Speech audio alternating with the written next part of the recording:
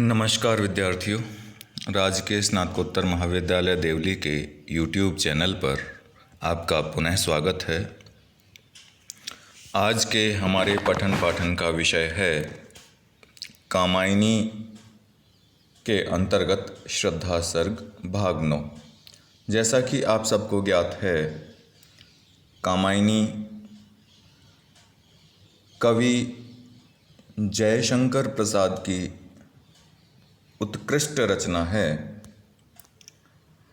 इसी में से एक पद्यांश भाग 9 के रूप में लिया गया है, जिसका आज हम पठन पाठन करेंगे। आइए सर्वप्रथम इस पद्यांश का सस्वर वाचन करते हैं। मधुरिमा में अपनी ही मौन एक सोया संदेश महान, सजग हो करता था संकेत चेतना मचल उठी अनजान। मधुरिमा में अपनी ही मौन एक सोया संदेश महान, सजग हो करता था संकेत चेतना मचल उठी अनजान। बढ़ा मन और चले ये पैर, शैलमालाओं का श्रृंगार, आँख की भूख मिटी यह देख, आह कितना सुंदर संभार। बढ़ा मन और चले ये पैर, शैलमालाओं का श्रृंगार, आँख की भूख मिटी यह देख, आह कितना सुंदर संभार। एक दिन सहसा सिंधु अपार, लगा टकराने नग तल क्षुब्ध, अकेला यह जीवन निरुपाय, आज तक घूम रहा विश्रब्ध। एक दिन सहसा सिंधु अपार, लगा टकराने नग तल क्षुब्ध, अकेला यह जीवन निरुपाय, आज तक घूम रहा विश्रब्ध। यहाँ कुछ देखा बलि का अन्न, भूतहित रत किसका यह दान, इधर कोई है अभी सजीव हुआ ऐसा मन में अनुमान। यहाँ कुछ देखा बलि का अन्न, भूतहित रत किसका यह दान, इधर कोई है अभी सजीव हुआ ऐसा मन में अनुमान। ये था इसका सस्वर वाचन। और आइए अब इसके कुछ कठिन शब्दों के अर्थ जान लिए जाएं।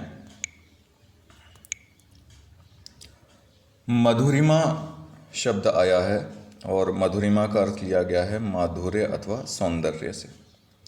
चेतना का अर्थ है बोधवृत्ति अथवा बुद्धि। अनजान का अर्थ यहाँ प्रकारांतर से आत्मविस्मृत होकर, किसी दृश्य में इतना खो जाना कि आप स्वयं के अस्तित्व को प्रायः भूलने लग जाएं, आत्मविस्मृत होकर। शैलमाला पर्वत श्रेणी को कहा गया है। श्रृंगार का अर्थ है शोभा व अथवा मोहक दृश्य। श्रृंगार में तकनीकी कारणों से इसकी वर्तनी थोड़ी अशुद्ध हो गई है, तो आप ध्यान रखें, इसे शुद्ध ना समझें। संभार का अर्थ है साज सज्जा अथवा वैभव। नग तल का अर्थ है पर्वत का निम्न भाग, किसी भी पहाड़ का निचला हिस्सा। क्षुब्ध से अर्थ लिया गया है आंदोलित अथवा क्रुद्ध। ये गलती से क्रुद्ध अंकित हो गया है, तो इसे आप क्रुद्ध समझें, जो क्रोध का पर्यायवाची होता है। बै की जगह आधा दे आएगा, हलंत वाला दे आएगा। भूतहित रथ का अर्थ है प्राणियों के कल्याण में लगा हुआ। और विश्रब्ध का अर्थ है आत्मविश्वास पूर्ण अथवा निश्चिंत। आइए कठिन शब्दों के बाद इसके प्रसंग पर गौर करते हैं। प्रसंग में जो 3 तथ्यों का उल्लेख किया जाता है वो क्रमशः इस प्रकार हैं। कवि हैं जयशंकर प्रसाद, ग्रंथ है कामायनी और कामायनी के अंतर्गत श्रद्धा नामक सर्ग। संदर्भ में हम लिख सकते हैं कि मनु के द्वारा श्रद्धा से परिचय पूछने पर श्रद्धा प्रत्युत्तर में अपनी अभिलाषा एवं स्वयं के बारे में बता रही है। मनु पूछते हैं श्रद्धा से कि भाई आप कौन हो, तो श्रद्धा अपना परिचय भी दे रही है, साथ ही ये भी बता रही है कि वह किस इच्छा से या किस अभिलाषा से इस गहन पर्वत प्रदेश में घूम रही है। ये इसका संदर्भ हो गया। आइए अब इसकी व्याख्या पर आते हैं।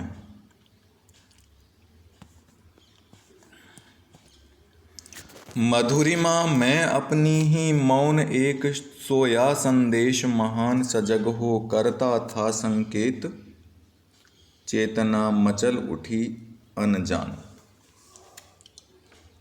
तो जो श्रद्धा है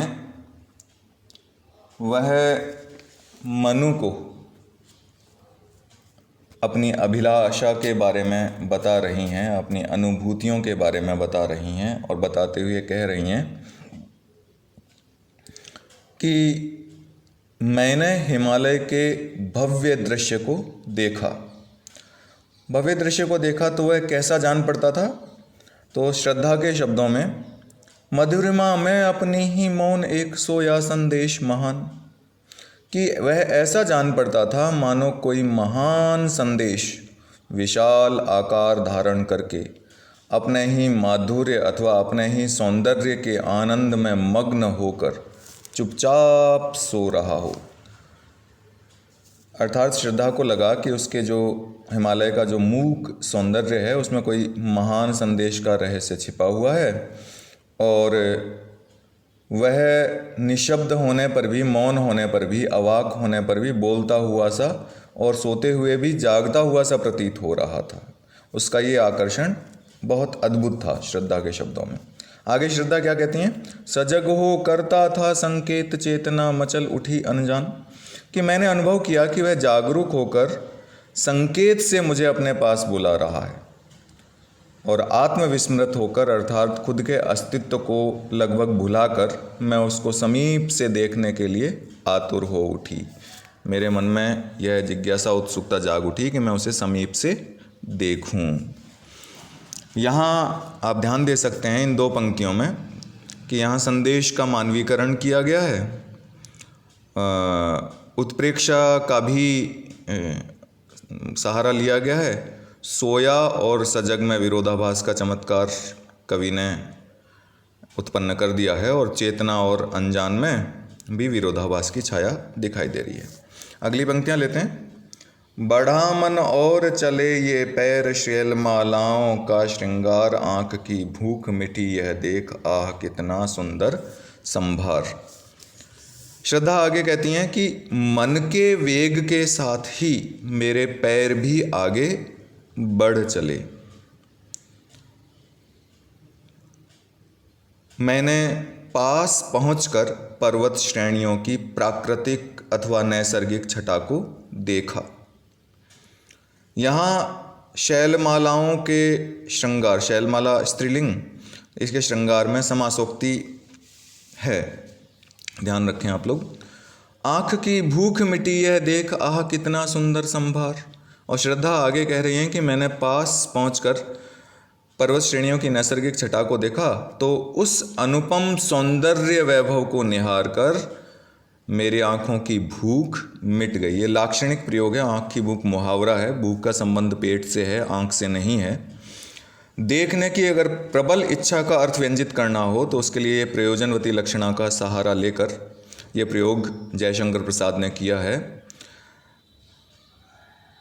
आँख की भूख मिटी यह देख आह कितना सुंदर संभार, कि उस अनुपम सौंदर्य वैभव को देखकर मेरे नेत्र तृप्त हो गए, दर्शन की उत्कट लालसा या इच्छा पूर्ण हो गई। एक दिन सहसा सिंधु अपार लगा टकराने, नग तल क्षुब्ध अकेला यह जीवन निरुपाय आज तक घूम रहा विश्रब्ध। आगे श्रद्धा क्या कह रही हैं कि जब मैं हिमालय के रमणीक दृश्य का आनंद ले रही थी तभी एक दिन अचानक मैंने देखा कि सीमाहीन अनंत समुद्र में तूफान आ गया है और उसकी उत्ताल तरंगें मानो क्रोधित होकर पर्वत के निम्न भाग से टकरा रही हैं। अकेला यह जीवन निरुपाय आज तक घूम रहा विश्रब्द। मैं अकेली निस्सहाय और साधनहीन थी, परंतु प्रलय के आतंक से मेरा आत्मबल क्षीण नहीं हुआ।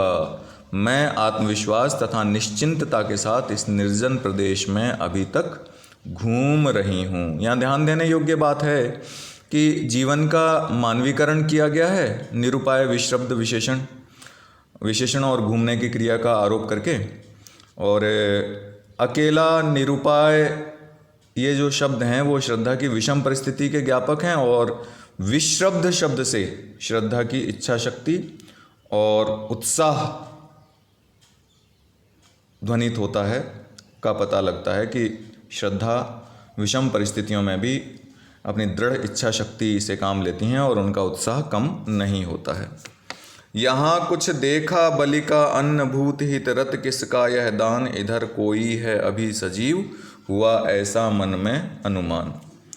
श्रद्धा आगे कह रही हैं मनु को संबोधित करके बता रही हैं मनु को कि घूमते घामते इधर उधर भटकते हुए मैं इधर आ पहुंची। इधर किधर? जिधर मनु बैठे हुए थे उस दिशा में। मैंने देखा कि यहाँ पर बलि का कुछ अन्न रखा हुआ है। यहाँ बलि का तात्पर्य दान से है। मैं कुतूहलवश मन ही मन सोचने लगी कि इस निर्जन प्रदेश में, इस जनशून्य प्रदेश में, इस सूने प्रदेश में कौन ऐसा प्राणी है जो प्राणी मात्र के कल्याण में लगा हुआ भूत यज्ञ का अनुष्ठान करता है। फिर मैंने अनुमान करके यह निष्कर्ष निकाला कि अवश्य ही कोई व्यक्ति यहाँ पर जीवित बचा हुआ है जो लोक मंगल के कार्य में तत्पर है। संभवतः आपको ये भूत यज्ञ के अनुष्ठान वाली बात पूरी तरह समझ में नहीं आई होगी, तो इसको स्पष्ट करते हुए मैं आपको बताना चाहता हूँ कि यहाँ जो बलि शब्द आया है उसका अभिप्राय प्रकारांतर से दान से है, और साथ ही बलि का तात्पर्य वैदिक संस्कृति में भूत यज्ञ से लिया जाता है। धर्मशास्त्र में 5 करने योग्य महायज्ञों का प्रतिपादन किया गया है, जैसे ब्रह्म यज्ञ, देव यज्ञ, पितृयज्ञ, भूत यज्ञ और नृयज्ञ। तो भूत यज्ञ के अनुष्ठान में क्या होता है कि होम के उपरांत जो बचा हुआ अन्न है उसका कुछ भाग जीवों के कल्याण के लिए कहीं रख दिया जाता है। इसी को बलि का अन्न कहा जाता है, और इस बलि के अन्न से ही पता लगता है कि जो यज्ञ करने वाला है वो कितना सहृदय है, उदार है और लोक मंगल की भावना से पूरित है। साथ ही मनु के जीवित रहने की अवधारणा को बल देने के लिए उसके कारण रूप में बलि के अन्न का उल्लेख किया गया है कि बलि के अन्न के उल्लेख से ये पता चल जाता है कि संभवतः कोई जीवित व्यक्ति इधर है, क्योंकि जीवित व्यक्ति ही जीवों के या अथवा प्राणी मात्र के कल्याण के लिए कुछ अन्न रख सकता है, और इसी कारण इसमें काव्यलिंग अलंकार भी व्याप्त हो जाता है। तो ये श्रद्धा ने परिचय दिया। अंतिम अर्थ भावार्थ में एक बार दोहरा देता हूँ कि श्रद्धा कह रही हैं कि मैं घूमते घामते इधर आ पहुंची और मैंने देखा कि यहाँ कुछ भूत यज्ञ का अथवा बलि का कुछ अन्न रखा हुआ है। तो उसे देखकर उत्सुकतावश मैं सोचने लगी कि इस सूने प्रदेश में ऐसा कौन प्राणी है जो प्राणी मात्र के कल्याण में लगा हुआ है और भूत यज्ञ का अनुष्ठान कर रहा है, बलि का अन्न यहाँ रख रहा है। और फिर मैंने अनुमान करके यह निष्कर्ष निकाला कि संभवतः इस क्षेत्र में कोई व्यक्ति अभी भी उस प्रलय से जीवित बचा हुआ है और लोक मंगल का कार्य कर रहा है। ये हो गया आपका इसका अर्थ व भावार्थ। आइए इसके विशेष तथ्यों पर गौर करते हैं। लिख सकते हैं कि श्रद्धा की जिज्ञासु एवं संवेदनशील प्रवृत्ति अभिव्यक्ति हुई है इन पद्यांशों में। साथ ही जो बीच में उल्लेख किया गया था उसको भी आप अंकित कर दें कि वैदिक संस्कृति में भोजन से पूर्व अन्न का कुछ अंश अन्य जीवों व देवों के लिए द्वार के निकट रख दिया जाता था, उसे ही बलि का अन्न कहा गया है। ये हम कर ही चुके हैं कि आँख की भूख मिटी, ये मुहावरा है और इसका लाक्षणिक प्रयोग किया गया है, और प्रकारांतर से इसका अर्थ निकलता है कि नेत्र तृप्त हो गए। आँखों की जो सुंदर और भव्य चीज़ देखने की जो लालसा थी वो पूर्ण हो गई।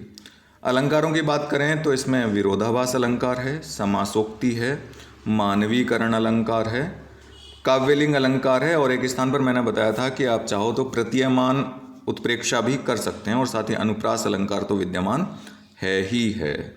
तो ये विरोधाभास, समासोक्ति, मानवीकरण, काव्यलिंग व अनुप्रास अलंकार इसमें विद्यमान है। आपको स्मरण रखना है और समय आने पर परीक्षा में या परख होती है तो इसका उल्लेख भी करना है।